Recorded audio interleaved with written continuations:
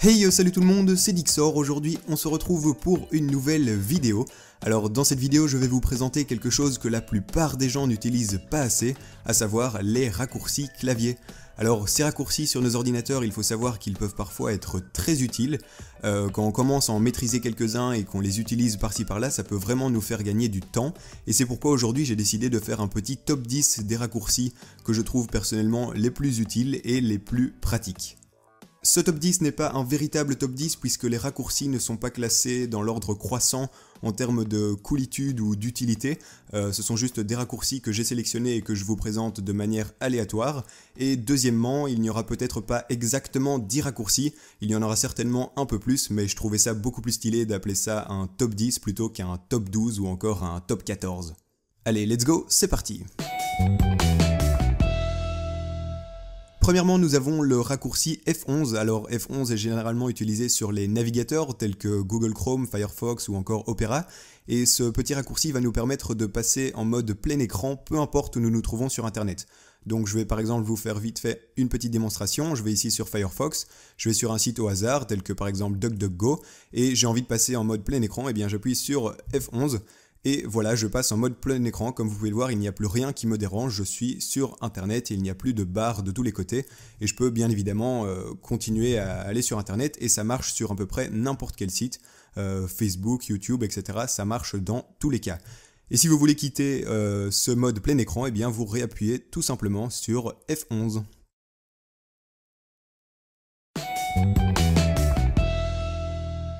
Le prochain raccourci, à savoir CTRL plus Tab, est également utile au niveau des navigateurs puisqu'il va nous permettre de passer d'un onglet à l'autre quand on en a plusieurs qui sont ouverts.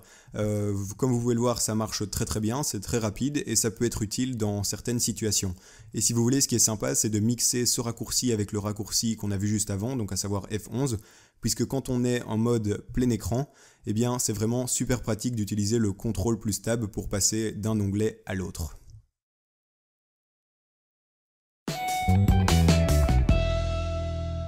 Le raccourci Windows plus M nous permet de minimiser l'ensemble des fenêtres ouvertes sur notre ordinateur en moins d'une seconde. Ça peut être pratique quand vous avez énormément de fenêtres ouvertes et que vous avez trop la flemme de les ranger une à une, ou encore que vous voulez vite cacher quelque chose lorsque quelqu'un vous surprend, par exemple. Démonstration. Et voilà, tout est parti en une seconde, c'est parfait. Le raccourci CTRL plus F est très pratique puisqu'il nous permet de cibler n'importe quel mot sur n'importe quelle page internet ou encore une bête page de texte. Je vous donne un exemple, je vais ici sur la page Wikipédia de Hong Kong et je désire rechercher des informations sur son économie. Je fais tout simplement CTRL plus F et ici il y a une petite barre de recherche qui apparaît et je vais tout simplement taper économie. Et là, comme vous pouvez le voir, tous les mots économie de la page sont surlignés en vert et je vais pouvoir passer de l'un à l'autre très facilement. Encore une fois, c'est un petit raccourci vraiment très pratique.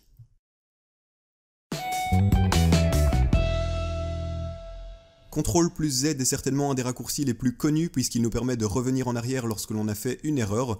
Il marche à peu près sur tous les logiciels, que ce soit des logiciels de graphisme ou encore des logiciels de traitement de texte. Je vous donne un petit exemple, je suis ici en train de faire un superbe dessin et je glisse à un moment et poc, je fais une erreur. Et bien pour revenir en arrière, je fais CTRL Z et voilà, l'erreur est effacée.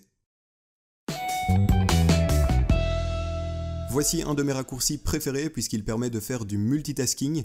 Le raccourci Alt plus Tab va en effet nous permettre de passer d'une fenêtre à l'autre de manière très simple et très rapide.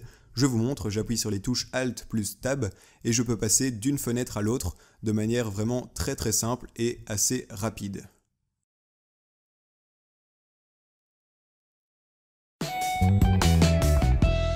Le raccourci Windows plus virgule nous permet d'avoir un bref aperçu de notre bureau lorsque l'on a plein de fenêtres ouvertes.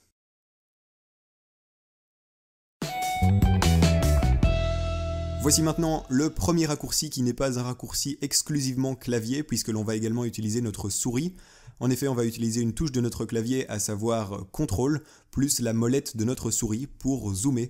Donc je vous donne un exemple, je vais par exemple ici encore une fois sur la page Wikipédia de Hong Kong et pour zoomer, eh bien, j'appuie tout simplement sur la touche CTRL et je fais rouler la molette de ma souris, ce qui me permet de zoomer et ça peut être encore une fois très pratique dans certaines situations.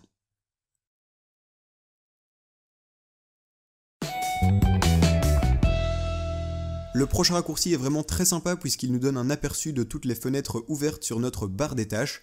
Donc en faisant tout simplement la touche Windows plus T, on peut avoir accès à toutes les fenêtres ouvertes et c'est assez pratique.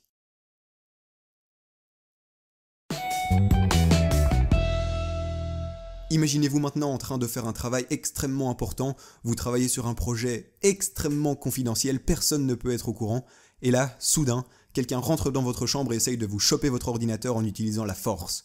Que faites-vous ?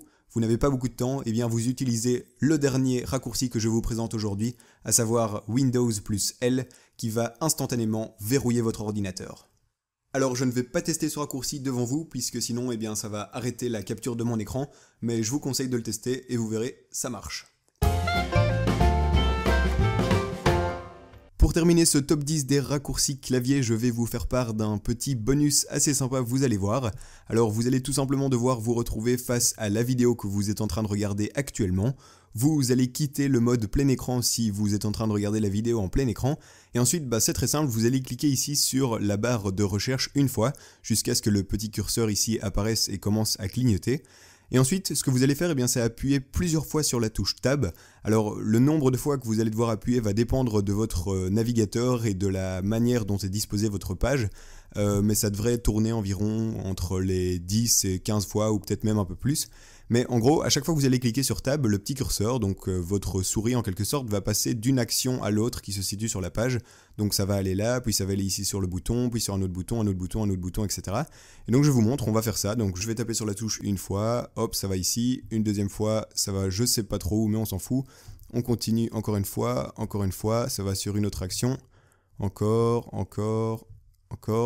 pack. Ah, là on se retrouve ici sur le lien qui va vers ma chaîne. Encore une fois, POC. Ah, on se retrouve ici sur le ajouter à. POC, partager, plus. Et voilà, on arrive finalement là où il faut arriver. Après environ 15 petits coups sur la touche Tab, on arrive sur le bouton j'aime. Et là, il ne vous reste plus qu'à appuyer sur la touche Enter. Et voilà, merci beaucoup. J'espère que vous suivrez ce petit tuto à la lettre, puisque ça me ferait très plaisir. Bon, voilà, ça c'était pour le petit bonus. Les amis, soyons sérieux, je crois que là on arrive à peu près à la fin de la vidéo. J'espère sincèrement qu'elle vous aura plu et que vous allez utiliser certains des raccourcis que je vous ai présentés aujourd'hui. Sinon, n'hésitez pas d'ailleurs à mettre dans les commentaires de la vidéo s'il y a des raccourcis que je n'ai pas présentés aujourd'hui mais que vous utilisez régulièrement. Ça m'intéresse un peu de savoir ce que vous utilisez comme raccourci. Donc voilà, c'est à peu près tout pour cette vidéo. Moi je vous dis à la prochaine et on se retrouve pour une prochaine vidéo. Allez, salut tout le monde, ciao ciao!